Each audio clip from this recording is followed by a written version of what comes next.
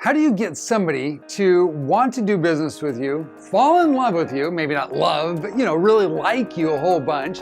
How do you get someone to do that in 40 milliseconds? Well, it is possible. And to understand how that happens, and it happens all the time, by the way, to understand how that happens, let's talk about bacteria.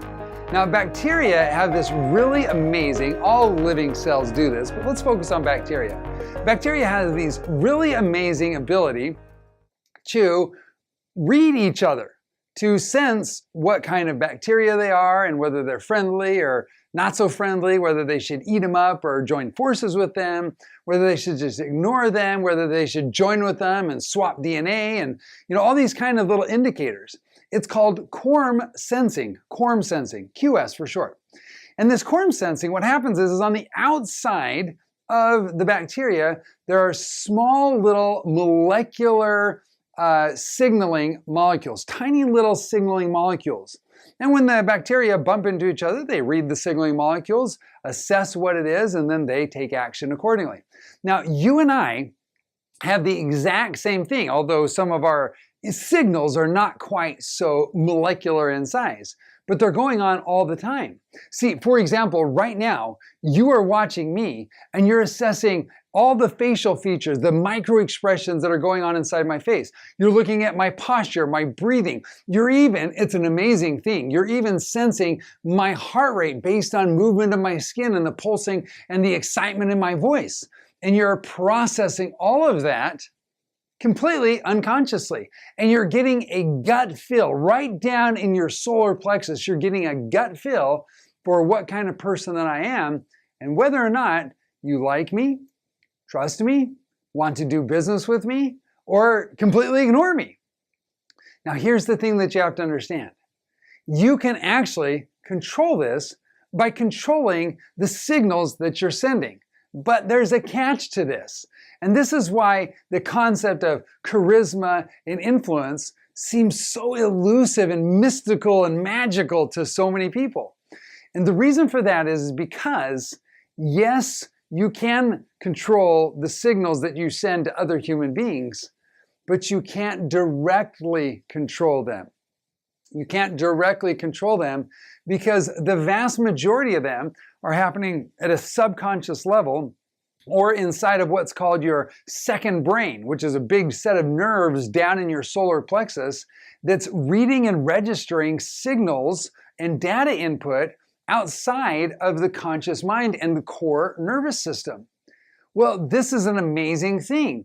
And so if you can't directly control what signals you're sending, then how in the world do you send the right signals so that in 40 milliseconds, the time that it takes for you to be read and analyzed and assessed in that first interaction, how do you send the right signals? Well, the answer is pretty simple. The answer lies in the inner game. In other words, having the right set of code running in your subconscious. See, what we're doing is we're constantly reading each other's subconscious signals. And the way that you really think about somebody is showing up in what's called a limbic response. In other words, your physicality is transmitting that signal of what's actually going on inside of your subconscious mind. So the answer is, well, you can't control directly the signals you're sending, but you can control the code that your mind is using, the blueprint that your subconscious mind is using when you interact with other people. Well, this is an interesting thing. How do you change that code? Well, I have a 2-word reprogramming suggestion for you, and I'll let you decide what the reprogramming gets to be. Here's the 2-word reprogramming suggestion. What we found is, through studies and science, we found that the code inside of your subconscious mind is generated and adjusted, reprogrammed based on these 2 words. Emotional repetition. Now think about this for just a moment. How did the code get there in the first place? Your worldview, your perspective, food you like, people you like, what's dangerous, what's not dangerous.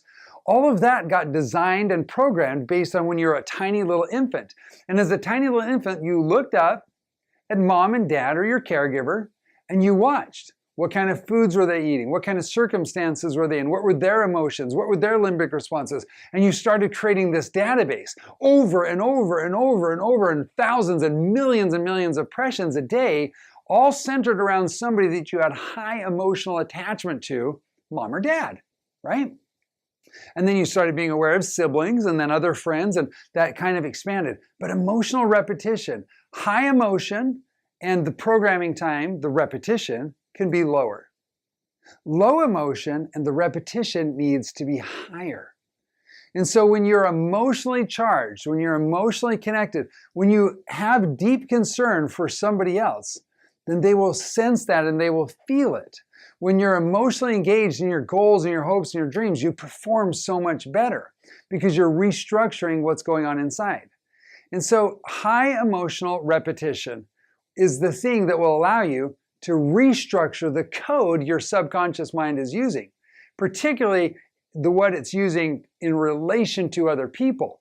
And if you can change that and shift that up, then you don't have to worry about what you're doing with your hands or your shoulders or how you're breathing or what your micro expressions are on your face or any of that kind of stuff. It'll flow out naturally because it's already flowing out naturally. Oh, and by the way, you can't stop it. So whatever is actually going on inside your subconscious will show up on your person. The quorum sensing signals, the little tiny indicators on your outward appearance, in your breathing, in your face, in your eyes, it will show up. You will be read. So you get to decide, what signal are you sending? And is it creating the life, the influence, the connection, the success, the wealth that you want it to connect? Well, you can change it. You can change it today. Emotional repetition is the key. I'm Joshua Boswell. Thanks for listening.